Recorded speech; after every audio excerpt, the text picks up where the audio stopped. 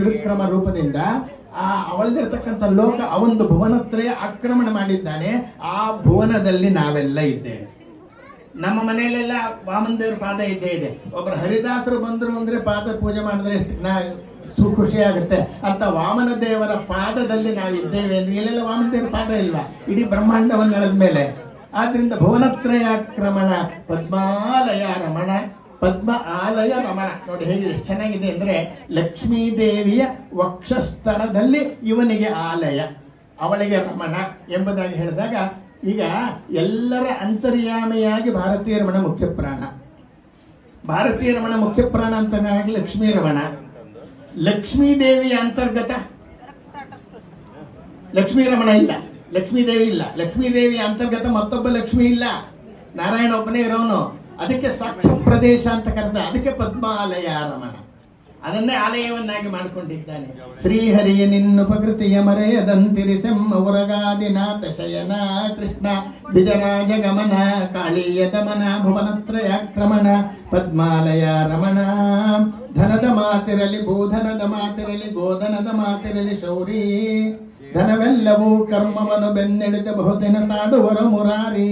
ತನುವು ನಿನ್ನೆಯ ಸೇವೆಯನ್ನು ಮಾಡುತ್ತಿರಲಿ ಕಂಸಾರಿ, ಮನವು ನಿನ್ನೆಯ ರೂಪವನ್ನು ನೆನೆಯುತ್ತಿರಲಿ ದುರಿತಾರಿ.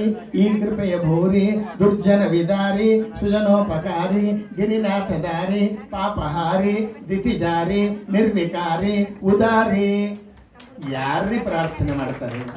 ತಂದೆ ಮತ್ತು ಮೋಹನದಾಸರು ಹೇಳ್ತಾರೆ, ಆ ಪ್ರಾಸ ಎಷ್ಟು ಚೆನ್ನಾಗಿದೆ. ಒಂದೊಂದು ಪದನ ಹೇಳ್ಕೊಂಡು ಹೋದ್ರೆ ಮತ್ತೆ ನೀವ್ಯಾರು ಊಟ ಸಿಗುವಂಗಿಲ್ಲ, ಹಂಗಿದೆ ಅಂತ ವಿಶೇಷವಾದ ಭಾಗವತ ಭಾರತ ಪುರಾಣ ಎಲ್ಲ ಇದೆ.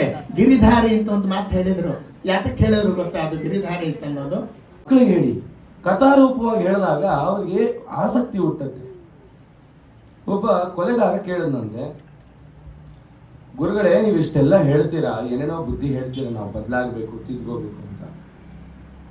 ಯಾವುದೋ ದುಡ್ಡು ಕಾಸು ಸಿಗುತ್ತೆ ಅಂತ ನಮ್ಮ ಅಮ್ಮನ ಅಪ್ಪ ಅಮ್ಮನ ಕೊಂದುಬಿಟ್ಟೆ. ನಮ್ಮ ಅಪ್ಪ ಅಮ್ಮ ನಾನು ದುಷ್ಟ ಅಂತ ಹೇಳಿ ನನ್ನ ಹೆಂಡತಿ ಹೆಸರಿಗೆ ಆಸ್ತಿ ಮಾಡ್ಬಿಟ್ಟಿದ್ರು. ಅವಳನ್ನು ಕೊಂದೆ. ಇವತ್ತು ಗೊತ್ತಾಗ್ತಾ ಇದೆ ನಮ್ಮ ಅಪ್ಪ ಅಮ್ಮನೇ ನನಗೆ ಆಸ್ತಿ, ಅವರನ್ನೇ ಕಳ್ಕೊಂಡ್ಬಿಟ್ಟೆ. ದೇವ್ರು ನಮ್ಮನ್ನ ಕ್ಷಮ ಮಾಡ್ತಾನ? ಹೇಳಿ, ತಂದೆ ತಾಯಿಯನ್ನು ಕೊಂದಿದ್ದಾನಂತೆ, ದೇವ್ರು ಕ್ಷಮ ಮಾಡ್ತಾನ? ನಾನು ಮಾತಾಡ್ತಿರೋದು ಯಾರು ಕೇಳಿಸ್ತಿಲ್ವೇನೋ. ಕ್ಷಮ ಮಾಡ್ತಾನ? ಯಾಕೆ ಮಾಡ್ತಾನೆ? ತಂದೆ ತಾಯಿಯನ್ನು ಕೊಂದಿದ್ಯಾ, ಪಾಪ ಕೂತ್ಕೊಂಡು ಸನ್ಮಾನ ಮಾಡ್ತೀನಿ. ಪಶ್ಚಾತ್ತಾಪ ಪಟ್ರೆ ಏನ್ ಬಂತು? ಮುಂದೆ ಏನ್ ಮಾಡ್ಬೇಕು? ಮನಸ್ಸು ಪರಿವರ್ತನೆ ಹೇಗಾಗ್ಬೇಕು? ಯಾರು ಮಾಡಿದ್ದು ಪರಿವರ್ತನೆ? ಯಾರ ಮೂಲಕ ಮಾಡ್ತಾರೆ? ಇವಾಗ ತೀರ್ಥ ಒಂದು ಪಂಚತ್ರದಲ್ಲಿ ಇದೆ, ಪಂಚತ್ರನೇ ಬಗ್ಸ್ತಾರ? ಇವಾಗ ಕಾವೇರಿ ನೀರೇ ನಾವೆಲ್ಲ ಕುಡಿತಾ ಇದೀವಿ. ಕಾವೇರಿ ನದಿ ಹೋಗಿ ಅಲ್ಲಿ ಬಿಂದಿಗೆ ಇಟ್ಕೊಂಡ್ ಬರ್ತಾ ಇದ್ದೀರೋ, ನಿಮ್ಮ ಮನೆ ಟ್ಯಾಪ್ ಓಪನ್ ಮಾಡ್ತೀರೋ? ಆ ಟ್ಯಾಪೇ ಅಂತೆ ಗುರುಗಳು. ಆ ವೇದ ಹರಿತಾ ಇದೆ, ಅದನ್ನ ನಮಗೆ ತಂದು ನಮ್ಮ ಮನೆ ಹತ್ರ ನನ್ನ ಲೋಟಕ್ಕೆ ನಲ್ಲಿ ಓಪನ್ ಮಾಡಿದ್ರೆ ಕೊಡ್ತಾರೆ, ಅವರೇ ಗುರುಗಳು. ಆ ಗುರುಗಳು ಯಾವಾಗ ಸಿಗ್ತಾರೆ? ಹಲವು ಜನ್ಮದೊಳು ಹಲವು ಬೋಧರ ಚಲವ ಮತವನ್ನು ಹೊಂದಿ ಬರುತ್ತಲೇ ಹಲದರಾನುಜನನ್ನು ಪೂಜಿಸಿ ಹಲವು ಜನ್ಮದಲ್ಲಿ ಹಲವು ಜನ್ಮದ ಧ್ಯಾನ ಜಪ ತಪ ಹಲವು ಜನ್ಮದ ಪುಣ್ಯ ರಾಶಿಯು ಮಿಳಿತವಾಗುತ್ತಾ ಫಲಿಸಿದಲ್ಲದೆ ದೊರೆಯದಂಕಿತವು. ಎಷ್ಟೆಲ್ಲ ಆಗಬೇಕು, ಆ ಗುರುಗಳು ಉಪದೇಶ ಮಾಡಬೇಕು, ಆ ಉಪದೇಶದಿಂದ ಉದ್ಧಾರ ಆಗಬೇಕು. ಅವರು ಸಿಕ್ಕಿದ್ರು, ಕೇಳ್ದ, ಏನ್ ಮಾಡ್ಲಿ ಗುರುಗಳೇ? ಸಮುದ್ರದಲ್ಲಿ ಎಷ್ಟು ಲೀಟರ್ ನೀರಿದೆ ಹೇಳಪ್ಪ ಅಂದ್ರು. ಒಂದ್ 2 ಲೀಟರ್ ಹೆಚ್ಚು ಕಮ್ಮಿ ಆಗ್ಲಿ ಹೇಳ್ರಿ, ಒಂದು 10 ಲೀಟರ್ ಹೆಚ್ಚು ಕಮ್ಮಿ ಆಗ್ಲಿ ಹೇಳ್ರಿ, ಸಮುದ್ರದಲ್ಲಿ ಎಷ್ಟು ಲೀಟರ್ ನೀರಿದೆ? ಅದಕ್ಕೆ ಏನಾದ್ರು ಒಂದು ಮಾಡೋಣ. ಯಾರ್ಯಾರೋ ಸೈಂಟಿಸ್ಟ್ಗಳಿದ್ದಾರೆ, ಯಾರ್ಯಾರೋ ಇದ್ದಾರೆ, ಅಳಿತೀರಾ? ಪ್ರಯತ್ನ ಆದ್ರೂ ಮಾಡ್ಬೋದಾ? ಪ್ರಯತ್ನ ಮಾಡೋರ್ಗೆ ಏನಂತಾರೆ? ನಂತರ ಹುಚ್ಚ ಅಂತಾರೆ ಅಲ್ವಾ? ಆಗ ತಂದೆ ಮುದ್ದುಮದಾಸರು ಅಂದ್ರು, ಎಷ್ಟು ನೋಡಿ ಎಷ್ಟು ಚೆನ್ನಾಗಿ ಹೇಳ್ತಾರೆ ಮಾತು ದೊಡ್ಡವರು. ಸಮುದ್ರದಲ್ಲಿ ಎಷ್ಟು ನೀರಿದೆ ಅಂತ ಅಳಿಲಿಕ್ಕೆ ಆಗಲ್ವೋ, ಪರಮಾತ್ಮ ಕರುಣಾ ಸಮುದ್ರ. ಅವನ ಕರುಣೆ ಎಷ್ಟಿದೆ? ಸಮುದ್ರದಷ್ಟಿದೆ. ಅದನ್ನ ಅಳಿಲಿಕ್ಕೆ ಸಾಧ್ಯನಾ? ಅವನು ಉದ್ಧಾರ ಮಾಡೇ ಮಾಡ್ತಾನೆ. ಅವನ ತನಕ ಹೋಗ್ಬೇಡ. ಅವನ ಭಕ್ತರೊಬ್ರು ಇದ್ದಾರೆ, ಪ್ರಹ್ಲಾದರಾಜರು ಅಂತ. ಪ್ರಹ್ಲಾದರಾಜರ ಕಥೆ ಹೇಳಿದ್ರು. ಎಷ್ಟು ಸಹನೆ ಇತ್ತು ಪ್ರಹ್ಲಾದರಾಜರಿಗೆ. ಅಪ್ಪ ಬೇಕಾದ್ ಮಾಡ್ದ, ಆನೆ ಕೈಯಲ್ಲಿ ತುಳಿಸ್ದ, ತಾಯಿ ಕೈಯಲ್ಲಿ ವಿಷ ಕೊಡಿಸ್ದ, ಯಾವುದಕ್ಕೂ ಅಂಜಿಲ್ಲ. ಇಂಥ ಸಾವಿರಾರು ಆಪತ್ತಿದೆ, ಹೆಜ್ಜೆ ಹೆಜ್ಜೆಗೆ ಆಪತ್ತಿದೆ. ನಾವು ಎಲ್ಲಿ ಕೂತಿದ್ದೀವಿ ಗೊತ್ತಾ?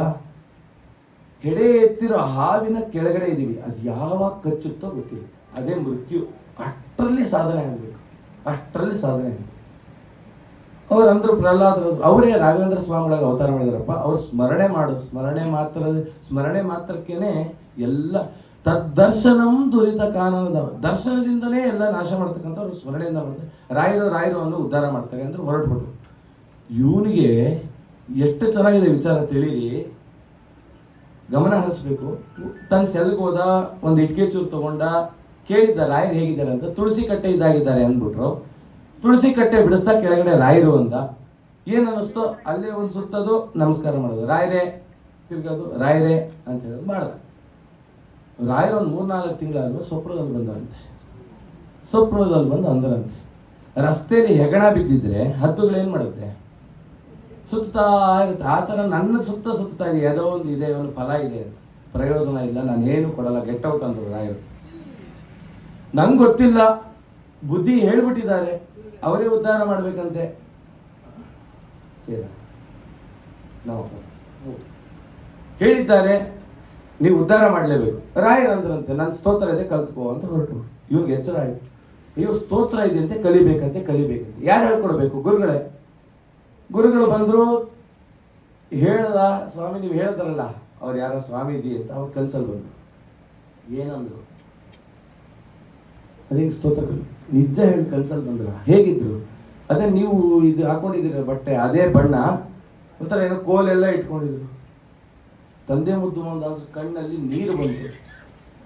ನಮ್ಮ ಜನ್ಮ ಎಲ್ಲ ಒದ್ದಾಡಿದ್ರು, ನಮ್ಮ ಸ್ವಪ್ನದಲ್ಲಿ ಕಾಣ್ಕೊಳ್ಳೋದ ರಾಯರು ನಿನ್ನ ಕಣ್ಣಕ್ಕೆ ಕಂಡ್ರಲ್ಲ. ಯಾಕೆ ಕಂಡ್ರು? ಈಗ ನಿಮ್ಗೆ ಸಮುದ್ರದಿಂದ ಮರಳು ತರಿಸಿ ಕೊಡ್ತೀನಿ, ಒಂದೇ ಒಂದು ಡ್ರಾಪ್ ಎಣ್ಣೆ ತೆಗಿತೀರಾ ಅದರಲ್ಲಿ? ಇಷ್ಟು ಜನ ಪ್ರಯತ್ನ ಮಾಡೋಣ, ತೆಯ್ಯೋಣ, ತಿಕ್ಕಣ, ಗಾಣದಲ್ಲಾಗ ನಾವೇ ಗಾಣದ ಸಾರ ಸುತ್ತೋಣ. ಮರಳಲ್ಲಿ ಒಂದೇ ಒಂದು ಡ್ರಾಪ್ ಎಣ್ಣೆ ತೆಗಿತೀರಾ? ಆದ್ರೆ ತಂದೆ ಬುದ್ಧ ಮರಳನ್ನು ತೆಗೆದು ಬೇಕಾದ್ರೆ ಎಣ್ಣೆ ತೆಗಿಬಹುದಂತೆ, ಆದ್ರೆ ಒಬ್ಬ ವ್ಯಕ್ತಿಯಲ್ಲಿ ಭಕ್ತಿ ಅನ್ನೋದು ಉಡ್ಸಕ್ ಸಾಧ್ಯ ಇಲ್ಲ. ಅಷ್ಟು ಕಷ್ಟ. ಮರಳಂತಿಕ್ಕೆ ಎಣ್ಣೆ ತೆಗಿಬಹುದು, ಭಕ್ತಿ ಉಡ್ಸ್ಲಿಕ್ಕೆ ಸಾಧ್ಯ. ಪರಮಾತ್ಮ ಚಂದ್ರದೇವರು ಹೇಳ್ತಾರೆ. ಹಾಗಾಗಿ ಅಂಥ